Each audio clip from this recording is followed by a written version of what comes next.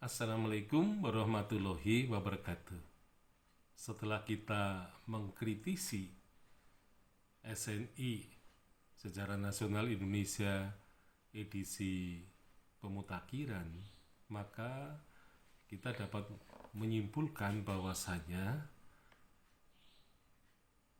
buku SNI yang dimutakhirkan ini pada zaman pemerintahan Presiden Susilo Bambang Yudhoyono ini ternyata memang masih, ya, katakanlah, ketakutan untuk menulis sejarah kontemporer, yaitu sejarah masa kini.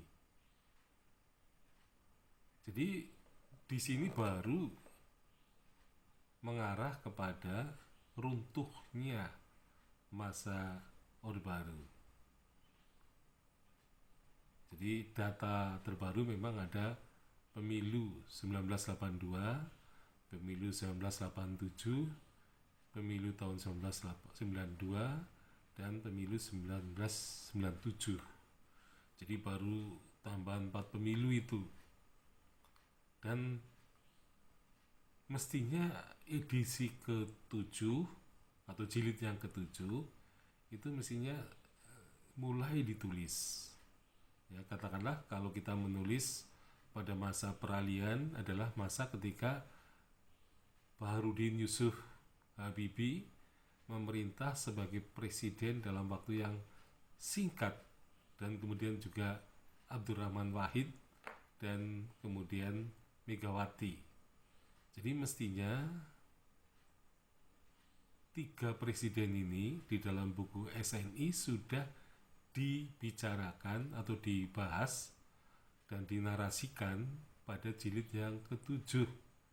Tetapi sayang sekali pada masa yang sangat banyak sumber, artinya sumber sejarah, dokumen-dokumen pasti masih banyak yang bertahan, kemudian sumber surat kabar, koran yang demikian banyaknya, kemudian sumber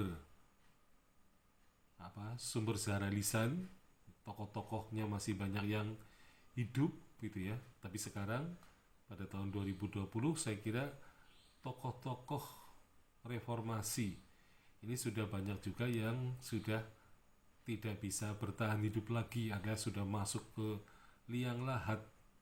Nah, sehingga kemungkinan besar di waktu yang akan datang sejarawan generasi yang akan datang akan memperoleh kesulitan untuk menulis jilid yang ke-7. Jadi sebenarnya kalau diakui, jilid yang ke-7 bisa difokuskan kepada pemerintahan B.J. Habibie ya, sebagai presiden yang memerintah ya sangat singkat ya, tetapi pada periode itu banyak terjadi perubahan-perubahan politik dan juga perkembangan sejarah yang menarik. Jadi misalnya Habibie dinilai sebagai penerus Soeharto, sebagai penerus Orde Baru. Padahal kalau kita melihat, memang Habibie itu pernah menjadi menterinya Soeharto, pernah menjadi wakil presidennya Soeharto. Tetapi ternyata apa yang dilakukan oleh Habibie tidak seidentik dengan Soeharto.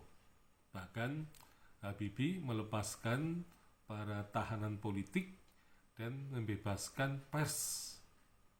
Dengan demikian besarnya pengaruhnya di dalam kehidupan berbangsa dan bernegara. Kemudian juga pandangan Habibie bagaimana Timur Timur yang merupakan ganjalan bagi Republik Indonesia di kancah luar negeri, sehingga seringkali masalah-masalah itu selalu tergugat gitu ya di PBB. Nah, sehingga Habibie kemudian melaksanakan referendum ya bagi masyarakat Timur Timur, apakah mereka akan bertahan untuk memilih Republik Indonesia sebagai negaranya atau mereka akan merdeka. Nah, ini pada posisi Habibie ini, buku Sejarah Nasional Indonesia ini sebenarnya merupakan, ya bisa juga secara kontemporer ya. Jadi pada dasarnya peristiwa jatuhnya Orde Baru itu adalah masa kontemporer. Ya, kalau kita lihat dari tahun 98 yang sudah berlalu sampai sekarang sekitar 22 tahun. Nah, sebenarnya waktu 22 tahun ini waktu yang cepat sekali berlalu, di mana sumber-sumber sejarah pasti akan berkurang dalam waktu yang katakanlah hampir seperempat abad. Nah, tentu saja bagi sejarawan Indonesia di masa yang akan datang tentu ada semacam kerugian yang besar ketika buku sejarah itu ditulis. Nah, memang menulis buku sejarah kontemporer ini akan mendapat tantangan yang cukup berat bagi para pembaca, juga dari para pelaku sejarah atau para politisi, atau bisa juga dari keluarga pelaku-pelaku itu. Nah, sehingga kemudian akan terjadi semacam polemik ya, diskusi yang mungkin bisa sampai ke arah debat kusir, dan hal itu memang kelihatannya dihindari ya oleh para sejarawan Indonesia. Nah, mestinya meskipun nanti terjadi polemik yang luar biasa ya, itu saya kira malah akan terjadi titik temu, karena biasanya sejarah yang subjektif akan bertemu dengan subjektivitas yang lain, terutama dari para pelaku yang kemudian juga saling ya katakanlah mengkontroversi kesaksian-kesaksian, sehingga di situ akan menimbulkan banyak versi, mungkin banyak juga variasi, tetapi sebenarnya dari situlah kita akan memperoleh objektivitas dengan cara mempertemukan subjektivitas dari para sejarawan, dari para pelaku sejarah, dan juga para penyaksi. Nah, akhirnya bahwa memang sejarah kontemporer ini sepatutnya tidak perlu dihindari untuk ditulis pada masanya, karena justru polemik atau bantahan itu merupakan salah satu koreksi. Jadi koreksi awal bagi terbentuknya penulisan sejarah yang objektif. Jadi sebenarnya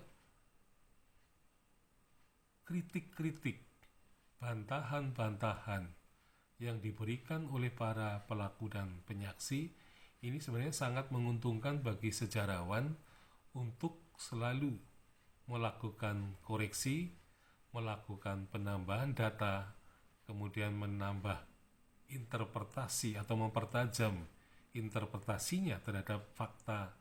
Nah, sehingga di sini tambah data akan tambah fakta, dan juga akan semakin bertambah kualitas ya, interpretasi sejarawan, karena dia menghadapi situasi pada zamannya itu.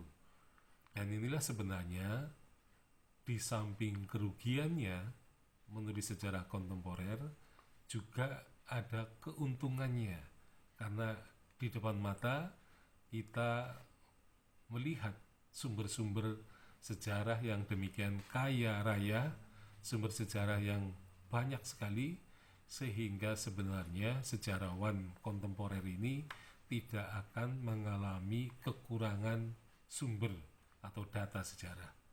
Jadi penulisan sejarah kontemporer mestinya harus dituliskan sejak mulai sekarang ya.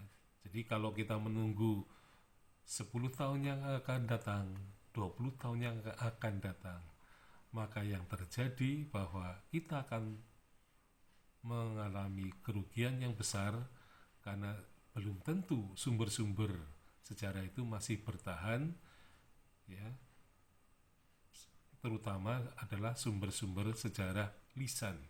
Karena umur manusia tidak bisa dijamin akan panjang, begitu pula kalau dia panjang, belum tentu dia masih sehat dan masih daya ingatnya tinggi, sehingga ketika diwawancarai, ia bisa menjawab pertanyaan dengan sebaik-baiknya, dengan memberikan data sejarah yang bagus, ya, data sejarah yang baik, sehingga tentu saja sejarawan tidak akan kekurangan sumber-sumber sejarah lisan yang memang berpacu dengan umur manusia.